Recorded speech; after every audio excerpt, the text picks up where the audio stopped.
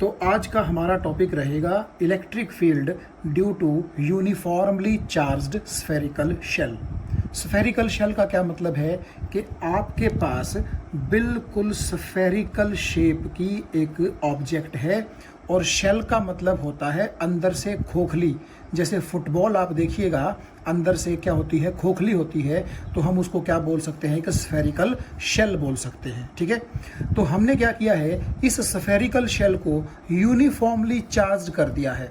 Uniformly charge का क्या मतलब है कि मान लीजिए बाहर से आपने इसके ऊपर क्या किया, प्लस क्यू चार्ज डिस्ट्रीब्यूट कर दिया किसी भी मेथड से, तो वो चार्ज क्या होगा, इस स्फेरिकल शेल के पूरे आउटर सरफेस पर यूनिफॉर्मली डिस्ट्रीब्यूट हो जाएगा। मतलब आप कुछ इस तरीके से सोचिए, जैसे आप एक फुटबॉल के ऊपर पानी डाल रहे हैं तो वो पानी क्या होता है, उसके पूरे सरफेस को, बाहर वाले सरफेस को क्या कर देता है, गीला कर देता है। अगर हम ये मान के चलें कि अंदर पानी लीक नहीं करता, तो जैसे पानी आपकी फुटबॉल के पूरे आउटर सरफेस पर यूनिफॉर्मली डिस्ट्रीब्यूट हो जाता है, इसी तरह से जो आपने ये बाहर से क्यू चार्ज दिया है, ये भी आपके स्फेरिकल शेल के आउटर सरफेस पर क्या हो जाएगा, यूनिफॉर्मली डिस्ट्रीब्यूट हो जाएगा, अंदर नहीं जाएगा, क्योंकि अंदर से ये क्या है, खोखली है, होलो है।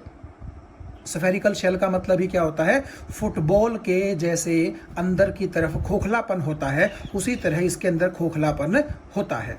तो हमने क्या करना है, अब यूनिफॉर्मली चार्ज्ड तो हमने इसको कर दिया है स्फेरिकल शेल को। ठीक है, बिल्कुल स्फेरिकल शेप है इसकी, ये थोड़ा सा बनाने में अलग सी बात है, आपको पूरा स्फीयर नजर ना आ रहा हो शायद। तो आप ये समझ के चलिए कि पूरी स्फेरिकल ये एक ऑब्जेक्ट है, हाथ से बनाने का फर्क है। तो ये इसका सेंटर है। ठीक है, हम मान लेते हैं कि स्मॉल आर इसकी रेडियस है, तो हमने इसको यूनिफॉर्मली चार्ज कर दिया पूरे के पूरे आउटर सरफेस पर।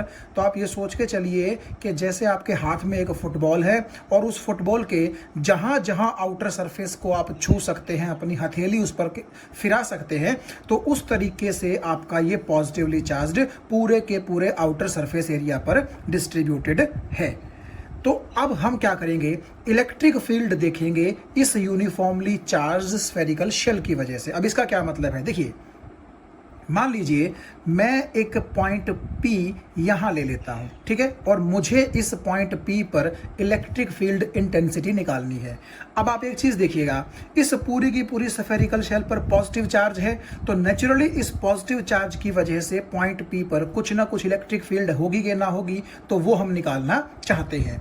दूसरी बारी में हम क्या करेंगे, इसी पॉइंट P को, अभी तो देखिए मैंने स्फेरिकल शेल से कहां ले रखा है, आउटर साइड पर। अगर मैं इसी पॉइंट P को यहां ले लूं, बिल्कुल इसके सरफेस पर, तो हम क्या बोलेंगे कि अब हम फील्ड निकालना चाहते हैं। कब, जब आपका पॉइंट कहां लाई करता है, exactly uniformly charged spherical shell के सरफेस पर लाई करता है।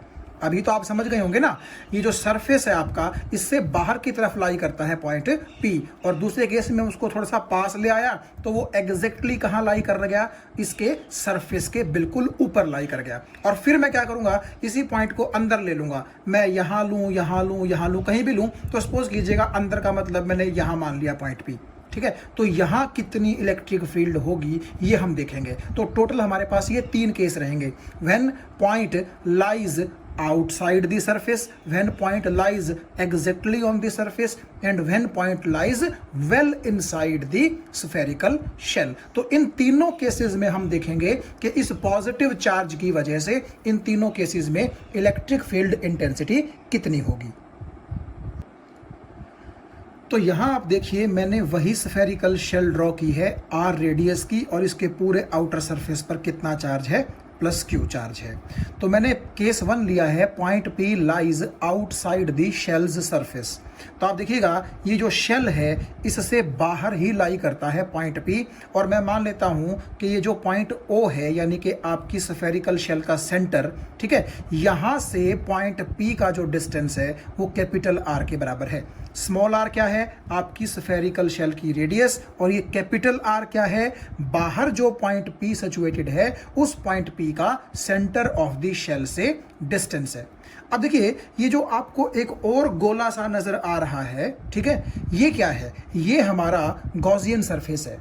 आपको पता है कि हम गॉसियन सरफेस ड्रॉ करते हैं, और गॉसियन सरफेस ड्रॉ करते वक्त हमें इस चीज़ का ध्यान रखना पड़ता है कि कैसा गॉसियन सरफेस हमारे केस में होना चाहिए।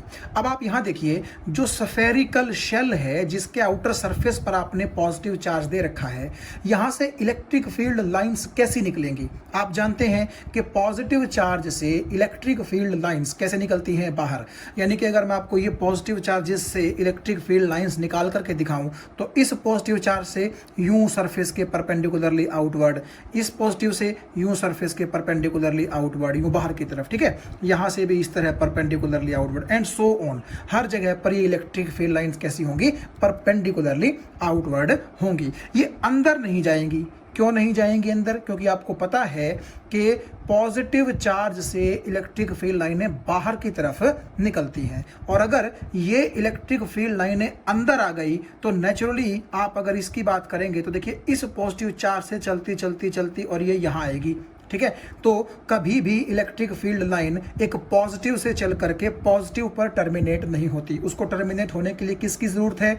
नेगेटिव चार्ज की। तो आप देखिए, इसके अंदर स्फेरिकल शेल के अंदर तो कोई चार्ज है ही नहीं, तो इसका मतलब है कि जो सरफेस पर ये आपका चार्ज पॉजिटिव है, इससे इलेक्ट्रिक फील्ड लाइन कहाँ निकलेंगी? बाहर की तरफ निकलेंगी। और देखिए, सरफेस के हर पॉइंट पर ये पॉजिटिव चार्ज प्रेजेंट है। मैंने तो सिर्फ थोड़े से पॉजिटिव दिखाए हैं, तो नेचुरली सरफेस के हर एक पॉइंट से ये कहाँ निकलेगी? रेडियली आउटवर्ड्स निकलेगी। तो अगर रेडियली आउटवर्ड्स निकलेगी तो आप एक चीज देखिएगा कि ये जो पॉइंट P मैंने लिया है, तो यहां पर भी क्या होना चाहिए? एक पॉजिटिव चार्ज होना चाहिए कि नहीं होना चाहिए? तो इससे जो इलेक्ट्रिक फील्ड लाइन निकलेगी, नेचुरली वो यूं ए बाहर की तरफ कुछ इस तरीके से निकलेगी, जिस पर मैं E लिख देता हूं। E का मतलब कि इस पॉजिटिव चार्ज से बाहर निकलने वाली इलेक्ट्रिक फील्ड लाइन है ये वाली। तो जब आप ऐसा करेंगे कि पॉइंट P का ये जो डिस्टेंस है कैपिटल R, तो इसको एक रेडियस मान करके जब आप एक और स्फीयर ड्रॉ करेंगे तो नेचुरली कुछ ऐसा हो जाएगा कि वो कैपिटल आर रेडियस का स्फीयर इस स्मॉल आर रेडियस के स्फीयर को जैसे ढक लेगा। आप देखिए ना, ये छोटा स्फीयर है, तो आप कंसीडर कीजिए कि एक छोटे स्फीयर को एक बड़े स्फीयर ने अपने अंदर क्या कर रखा है? एनक्लोज कर रखा है। क्योंकि गॉसियन सरफेस क्या करके रखता है? अपने अंदर जो चार्ज एनक्लोज करके रखता है, हम फ्लक्स उसी एनक्लोज्ड चार्ज की वजह से ही तो क्या करते हैं? कैलकुलेट करते हैं ना। तो आप ये देखिएगा कि अगर पॉइंट P के डिस्टेंस कैपिटल R को मैं एक रेडियस मान लूं, स्मॉल r की बात नहीं कर रहा, मैं इस कैपिटल R की बात कर रहा हूं, तो अगर मैं इस कैपिटल R को एक रेडियस मान लूं और एक स्फीयर ड्रॉ करूं, तो नेचुरली वो बड़ा स्फीयर इस छोटे स्फीयर को क्या कर लेगा? ढक लेगा। और वही बड़ा स्फीयर हमारे लिए किसका काम करेगा? गॉसियन सरफेस का काम करेगा। तो आप समझ गए होंगे कि यहां पर जो गॉसियन सरफेस आएगा इस छोटे स्फीयर के चारों तरफ, वो कैसा आएगा? एक बड़ा सारा स्फेरिकल सरफेस आएगा। ये बात आपको समझ में आ गई होगी। और वो गॉसियन सरफेस जो है वो पॉइंट P को अपने जस्ट ऊपर कंटेन किए हुए है, यानी कि जो पॉइंट P है ये उस गॉसियन सरफेस के ऊपर लाई करता है। अब हम ये देखते हैं कि ये जो पॉइंट P यहां पर है, इस पॉजिटिव चार्ज की वजह से इलेक्ट्रिक फील्ड लाइन यूं बाहर निकल के इस तरफ जाएगी, ठीक है। तो हम ऐसा करते हैं कि ये जो बड़ा स्फीयर है, बड़ा स्फीयर, अब आप सोचिए कि एक छोटी फुटबॉल के ऊपर एक बड़ी फुटबॉल है, तो उस बड़ी फुटबॉल पर आप देखिए एक स्मॉल एरिया एलिमेंट आप कट कर लीजिए, जैसा कि मैंने आपको यहां कट करके दिखाया है। मैं थोड़ा सा इसको पेन से डार्क कर देता हूं, ठीक है। तो अगर ये छोटा सा सरफेस एरिया है तो मैं इसको बोल देता हूं ds वेक्टर, क्योंकि आप जानते हैं स्मॉल एरिया को हम ds से रिप्रेजेंट करते हैं। अगर ये एरिया एक वेक्टर है तो आप जानते हैं एरिया वेक्टर की डायरेक्शन कहां होगी? एरिया वेक्टर की डायरेक्शन एरिया के जस्ट परपेंडिकुलरली होती है, तो इसका मतलब है इस डायरेक्शन में आपके ds वेक्टर की डायरेक्शन होगी। तो यहां देखिए, ds वेक्टर और इलेक्ट्रिक फील्ड इंटेंसिटी दोनों के बीच में एंगल कितना हो गया? 0।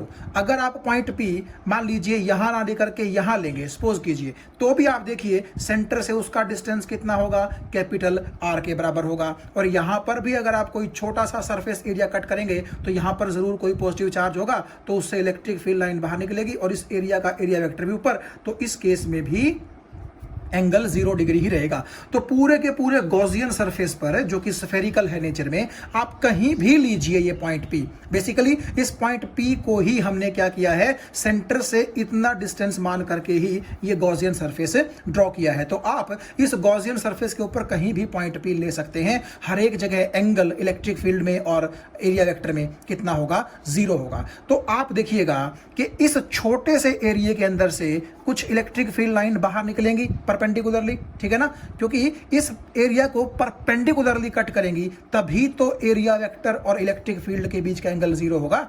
परपेंडिकुलरली से ये कंफ्यूज मत कीजिएगा कि एंगल 90 होना चाहिए। जैसे कि अगर मैं बोलूं कि ये कोई एरिया है तो इसका एरिया वेक्टर इस तरफ होगा, और अगर इलेक्ट्रिक फील्ड इसको बिल्कुल परपेंडिकुलरली कट कर रही है तो आप देखिए इस एरिया को इलेक्ट्रिक फील्ड तो परपेंडिकुलरली कट कर रही है, लेकिन इलेक्ट्रिक फील्ड और एरिया वेक्टर के बीच एंगल कितना है, 0 डिग्री है, ठीक है। तो यहां से इस छोटे से एरिया से जो कि आपने कट किया है, कुछ electric field line perpendicularly cut करके बाहर की तरफ निकल रही होंगी।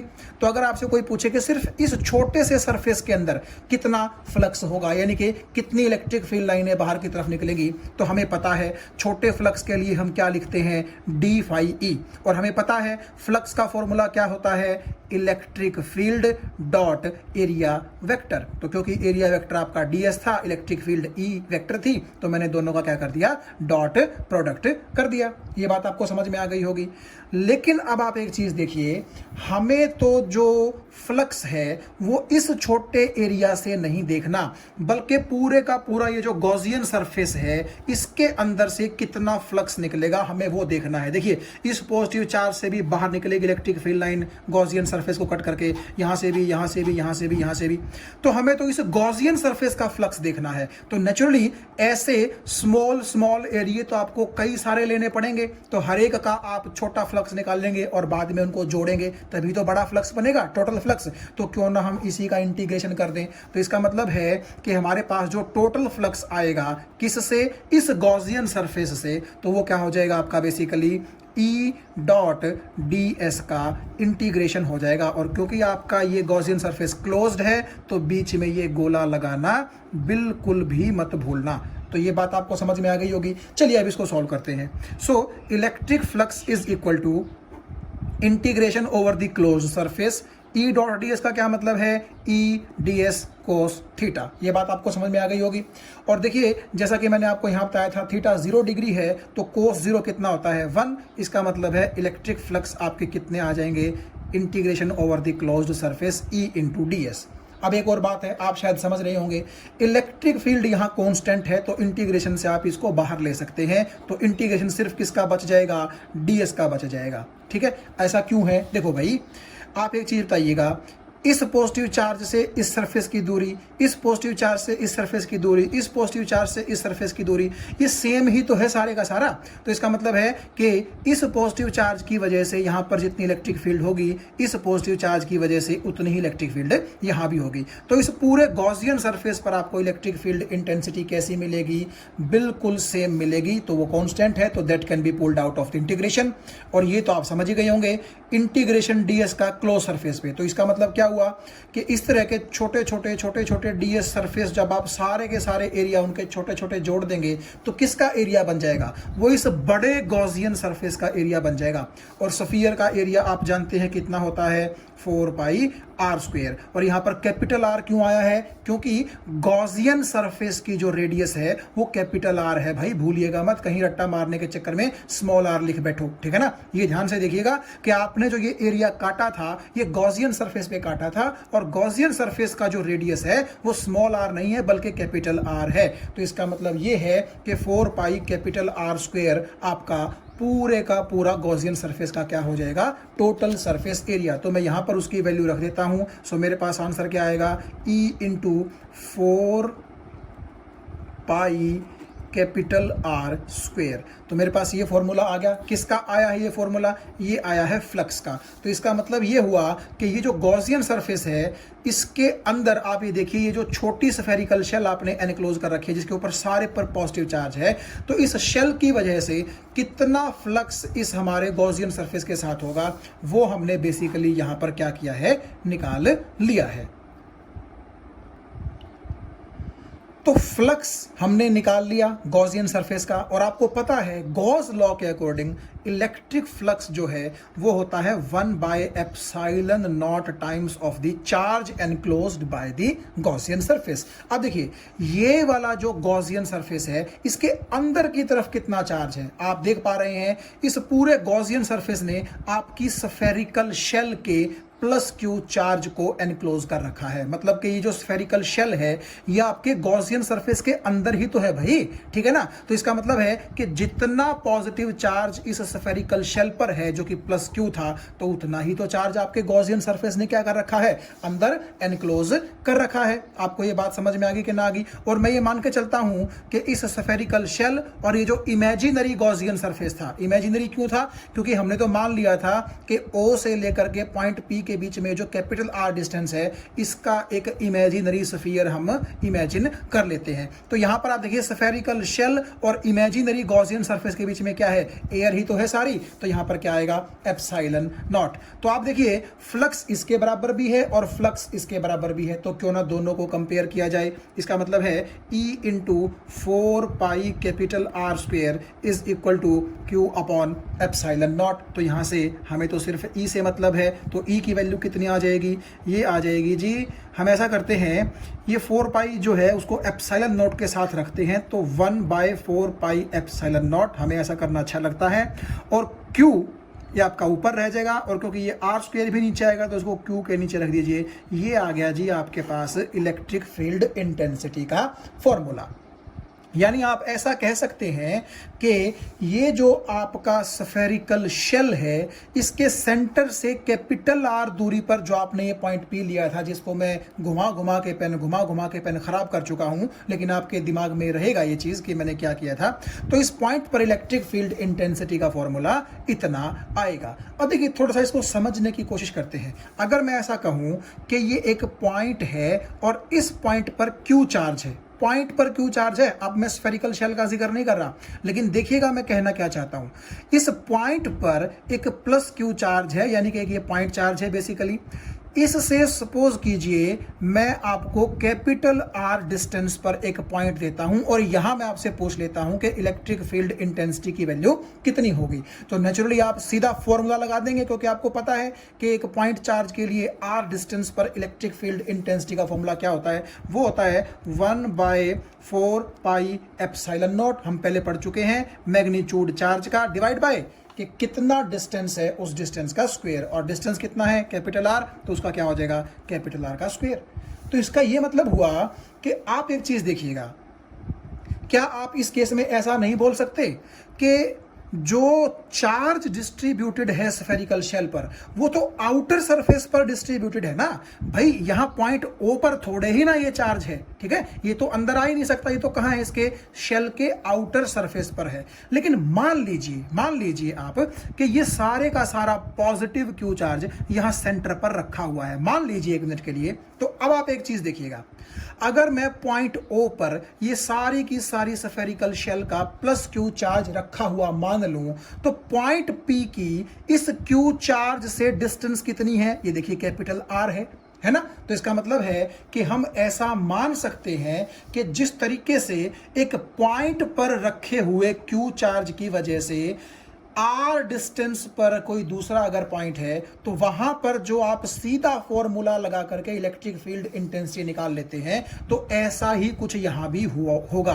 तो आप ऐसा मानिए कि आपने जो ये चार्ज स्फेरिकल शेल को दिया है, बेसिकली ये कुछ ऐसी सेंस दे रहा है कि जैसे ये चार्ज सरफेस पर यूनिफॉर्मली डिस्ट्रीब्यूटेड ना होकर के कहां रख दिया गया हो, सेंटर पर रख दिया गया हो। भाई मैं कह रहा हूं कि मान लीजिए ऐसा है नहीं, ये क्यू चार्ज तो आउटर सरफेस पर ही है, लेकिन अगर हम इस पूरे के पूरे चार्ज को यहां रखा हुआ मान लें, तो इस प्लस क्यू चार्ज से कैपिटल आर दूरी पर जो पॉइंट पी है वहां पर भी तो इलेक्ट्रिक फील्ड इंटेंसिटी का यही फॉर्मूला आएगा। तो इसका मतलब ये हुआ कि आगे से आप अपनी कन्वीनियंस के लिए ये याद रख लेंगे कि भले ही सरफेस पर यूनिफॉर्मली डिस्ट्रीब्यूटेड है पॉजिटिव चार्ज, लेकिन अगर आपको उस चार्ज की वजह से किसी एक्सटर्नल पॉइंट पर, एक्सटर्नल का मतलब सरफेस ऑफ द शेल के बाहर जो पॉइंट है, वहां अगर इलेक्ट्रिक फील्ड इंटेंसिटी आपने निकालनी हो तो आप ऐसा अज्यूम कर सकते हैं फॉर्मूला याद रखने के लिए कि जैसे सारे का सारा चार्ज कहां रख दिया गया हो, सेंटर पर रख दिया गया हो।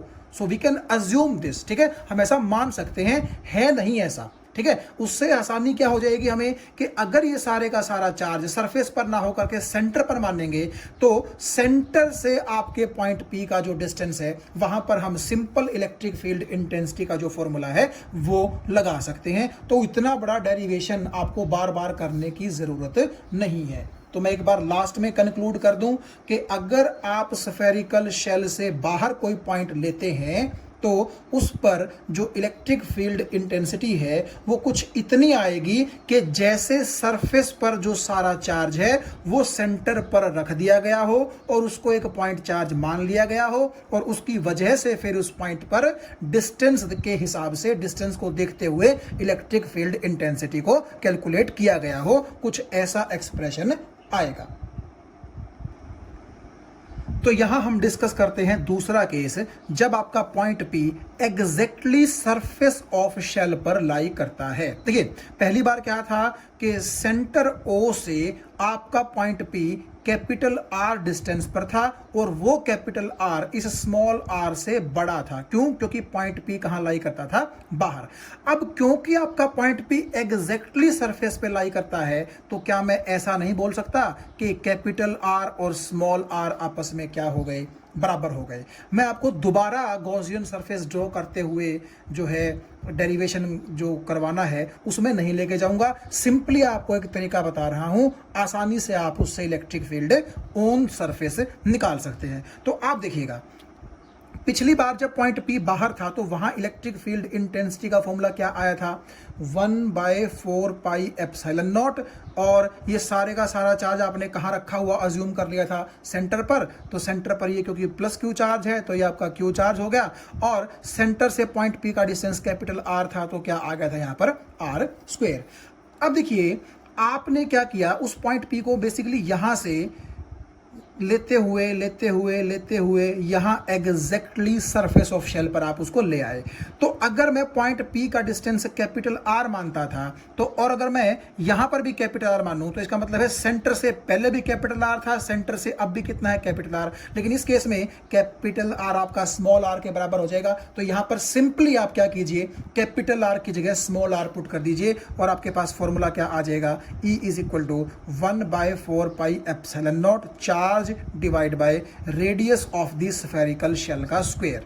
ठीक है, क्यों? क्योंकि इस केस में आप देखिए जब P सरफेस पर लाई करता है तो स्मॉल r और कैपिटल R दोनों कैसे होंगे? बराबर। ये बिल्कुल शॉर्टकट मेथड है और ये देखिएगा ये आपके पास इलेक्ट्रिक फील्ड इंटेंसिटी का क्या आ गया? फॉर्मूला। लेकिन अगर आप ऐसा करना चाहें कि जी हम तो पॉइंट P को यहां मानेंगे और फिर क्या करेंगे, बिल्कुल इस स्फेरिकल शेल के ऊपर एक गॉसियन सरफेस ड्रॉ कर दीजिए। ठीक है, फिर आप क्या करेंगे, यहां पर जो पॉजिटिव चार्ज होगा उससे इलेक्ट्रिक फील्ड लाइन भी बाहर की तरफ जाएगी और यहाँ जो सरफेस एरिया आप काटोगे उसका एरिया वेक्टर भी कहाँ होगा? बाहर की तरफ होगा। तो फिर आप अगर छोटा फ्लक्स यहाँ निकालेंगे डी फाई तो वो फिर से किसके बराबर हो जाएगा? E.ds के बराबर हो जाएगा। और अगर आपको पूरे के पूरे, क्योंकि अब की बार आप देखिएगा आपका जो स्फेरिकल गॉसियन सरफेस होगा वो क्या करेगा, वो पूरी की पूरी स्फेरिकल शेल के ही सरफेस को आप बेसिकली एक गॉसियन सरफेस मान सकते हैं। यानी कि गॉसियन सरफेस और सरफेस ऑफ शेल बिल्कुल अब टच करेंगे। क्यों? पॉइंट P आपका एग्जैक्टली सरफेस के ऊपर आ गया है। ठीक है, तो अगर आप इसको इंटीग्रेट करेंगे तो फाई किसके बराबर आ जाएगा? Integration over the close surface E.ds। यहां पर भी आप देखिएगा एरिया वेक्टर भी इधर, इलेक्ट्रिक फील्ड इंटेंसिटी भी इधर, इधर तो एंगल फिर से 0 हो गया। तो इसका मतलब है integration over the close surface E dot ds आ गया। ठीक, तो जितनी इलेक्ट्रिक फील्ड यहाँ होगी उतनी ही इलेक्ट्रिक फील्ड हर जगह पर होगी। क्यों? क्योंकि हमने पिछले केस में देखा था कि ये सारा चार्ज सेंटर पर रखा हुआ माना जा सकता है। तो सेंटर से तो यहाँ यहाँ यहाँ यहाँ पूरी सर्कमफेरेंस पर हर पॉइंट की दूरी सेम होगी। तो इसको आप बाहर निकाल लीजिए ई को, और integration over the close surface आपका ds हो जाएगा।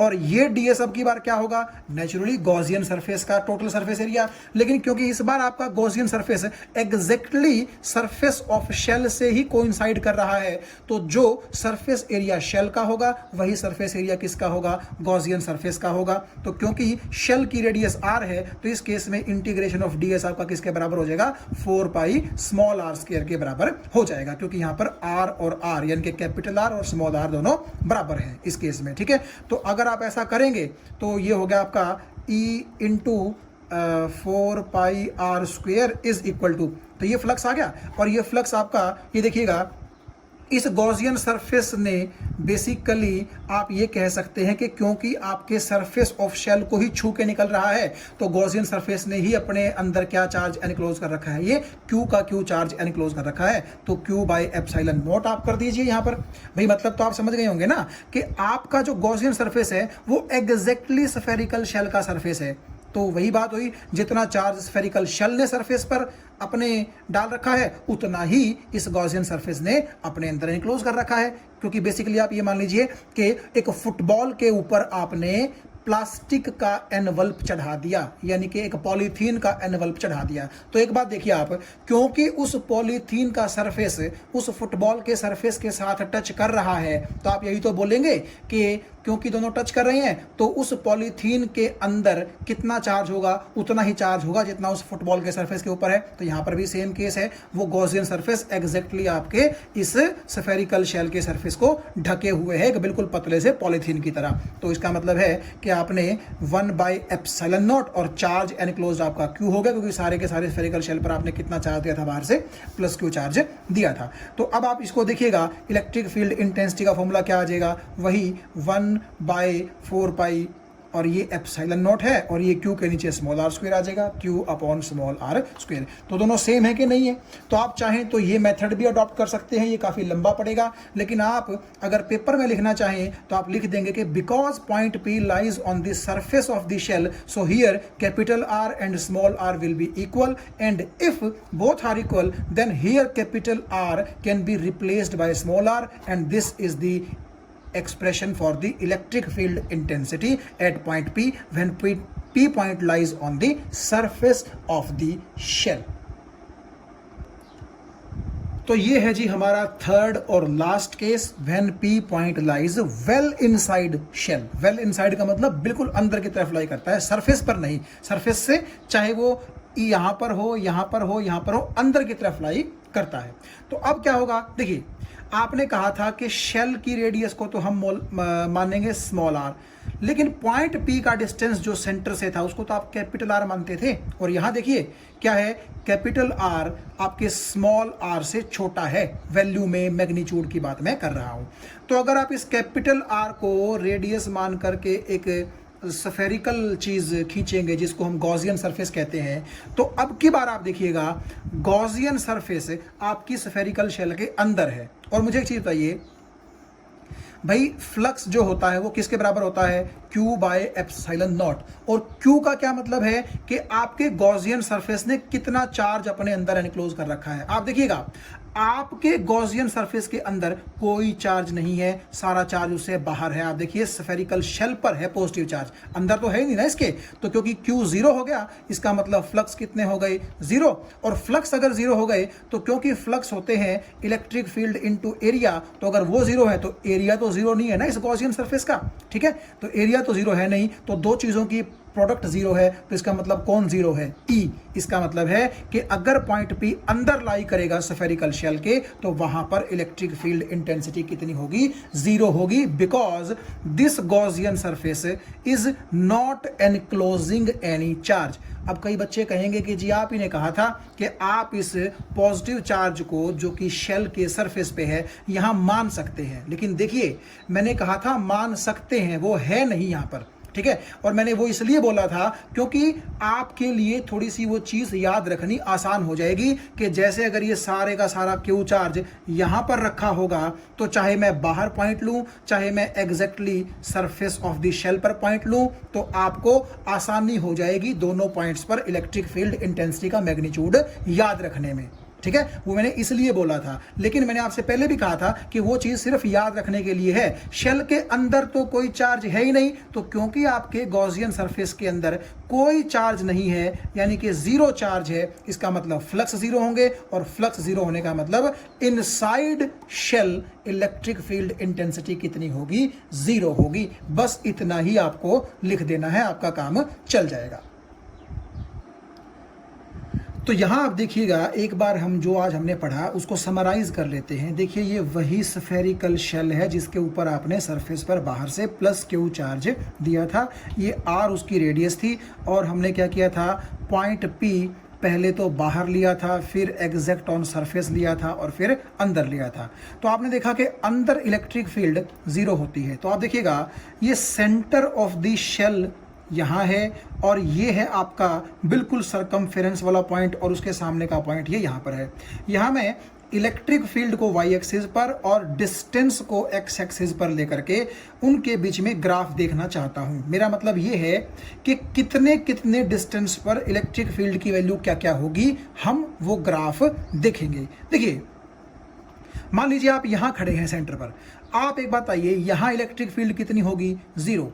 यहां पर भी zero zero zero zero zero zero zero, यानी कि सरफेस से अंदर अंदर, क्योंकि इलेक्ट्रिक फील्ड इंटेंसिटी जीरो होगी, इसीलिए मैंने लिखा E inside is equal to zero. और आप यहां देख सकते हैं, देखिए ये जो इस पॉइंट से लेकर के और इस पॉइंट से जस्ट थोड़ा सा यहां तक, ये जो पूरी लाइन है ये क्या रिप्रेजेंट करती है कि यहां पर आप देखिएगा, यहां पर डिस्टेंस यहां से लेकर के यहां तक है, इस पॉइंट पर डिस्टेंस यहां से लेकर के यहां तक है, और इस पॉइंट पर डिस्टेंस यहां से लेकर के यहां तक है। यानी कि जब आप इस तरफ जा रहे हैं तो बेसिकली डिस्टेंस बढ़ता जा रहा है सेंटर से आपका, लेकिन इलेक्ट्रिक फील्ड इंटेंसिटी जीरो है। क्योंकि आप देखिए इस पॉइंट से भी जब आप परपेंडिकुलर ड्रॉ करेंगे वाई एक्सिस पर, यानी कि इलेक्ट्रिक फील्ड इंटेंसिटी जहां है, तो इस पॉइंट से परपेंडिकुलर ड्रॉ कीजिए, जीरो वाली जगह पर गिरा। इस पॉइंट से ड्रॉ कीजिए, तब भी जीरो वाली जगह पर गिरा। इस पॉइंट से ड्रॉ कीजिए, तब भी जीरो वाली जगह पर गिरा। आपको ये बात समझ में आ गई?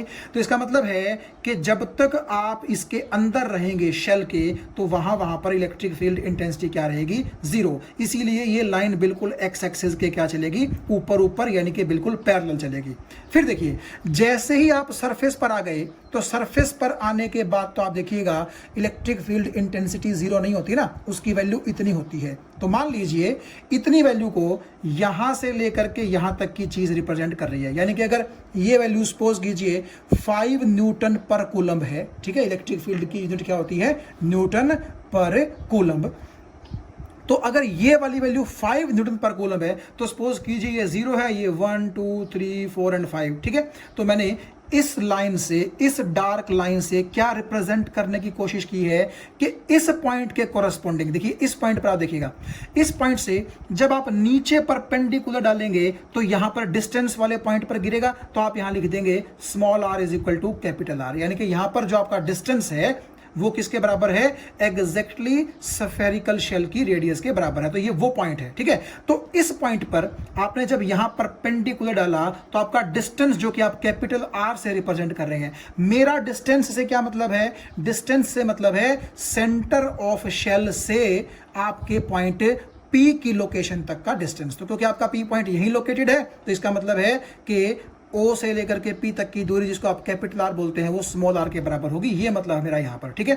तो डिस्टेंस का मतलब R, जो कि आपके स्फेरिकल शेल की रेडियस के एग्जैक्टली क्या हो गया, बराबर हो गया। तो आप देखिएगा इस पॉइंट पर डिस्टेंस तो आपका रेडियस के बराबर हो गया, और अगर आप यहां से परपेंडिकुलर ड्रॉ करें यहां पर, तो मान लीजिए यहां से लेकर के यहां तक की वैल्यू एग्जैक्टली इतनी है, यानी कि 5 न्यूटन पर कूलम, जैसा कि मैंने एग्जांपल लिया था। तो इस पॉइंट पर डिस्टेंस आपका इतना रहेगा, यानी कि R is equal to small r, और इसके कॉरस्पॉन्डिंग इलेक्ट्रिक फील्ड इंटेंसिटी की वैल्यू यहां से लेकर के यहां तक क्या रहेगी, इतनी रहेगी। फिर आप देखिएगा इस पॉइंट से बाहर, जैसे कि मैं यहां पॉइंट लूं, यहां पॉइंट लूं, तो देखिए यहां से जब आप डिस्टेंस एक्सिस पर परपेंडिकुलर डालेंगे तो डिस्टेंस यहां से यहां हो गया, यानी कि रेडियस से ज्यादा हो गया। इस पॉइंट पर डिस्टेंस और ज्यादा हो गया, इस पॉइंट पर डिस्टेंस और ज्यादा हो गया।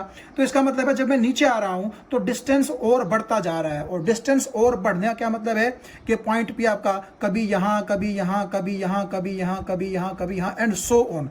तो जब आपका पॉइंट पी दूर जाता जा रहा है तो आप ये देखिएगा कि बाहर के लिए तो हमारे पास फॉर्मूला ये है ना, ई आउट का मतलब, ये तो ई सरफेस है। ई आउट का मतलब क्या है कि आउटसाइड अगर आप पॉइंट पी लेंगे, यानी कि जैसे ही आप सरफेस से बाहर यहां आएंगे, यहां आएंगे, यहां आएंगे, यहां आएंगे, तब तो आपका आर स्मॉल आर के बराबर नहीं रहेगा, बल्कि आपका आर बड़ा हो जाएगा किससे, स्मॉल आर से। तो जैसे जैसे आप पॉइंट पी को दूर लेके जाएंगे तो ई आउटसाइड का ये फॉर्मूला है, तो आर आपका क्योंकि बढ़ रहा है तो आर स्क्वायर भी बढ़ेगा, इसका मतलब ई कम होती जाएगी। तो देखिएगा इस पॉइंट पर आर बढ़ गया और ई की वैल्यू पहले से कम हो गई, इस पॉइंट पर आर और बढ़ गया, ई की वैल्यू और कम हो गई, इस पॉइंट पर आर और बढ़ गया, ई की वैल्यू और कम हो गई।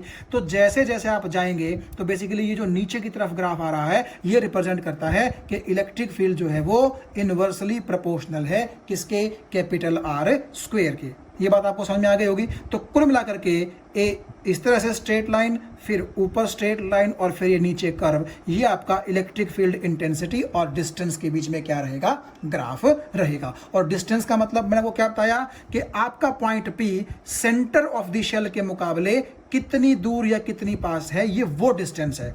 ठीक है, तो जब आपका पॉइंट पी यहां था तो आपके पॉइंट पी का डिस्टेंस एग्जैक्टली आर के बराबर था, और जब आप बाहर चले गए तो नेचुरली ये वाला फॉर्मूला यूज होगा, जिससे आर के बढ़ने से आर स्क्वायर बढ़ेगा, इलेक्ट्रिक फील्ड इंटेंसिटी घटेगी, तो ये आपके पास क्या आ जाएगा, ग्राफ आ जाएगा।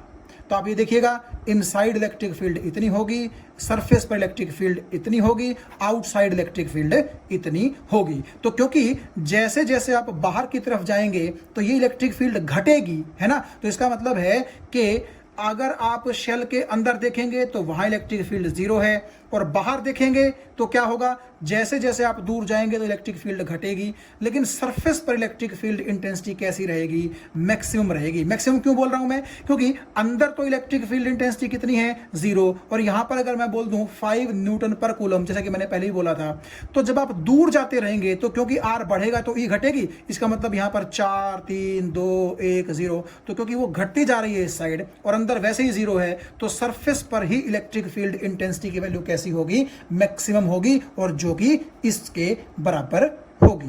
Thank you.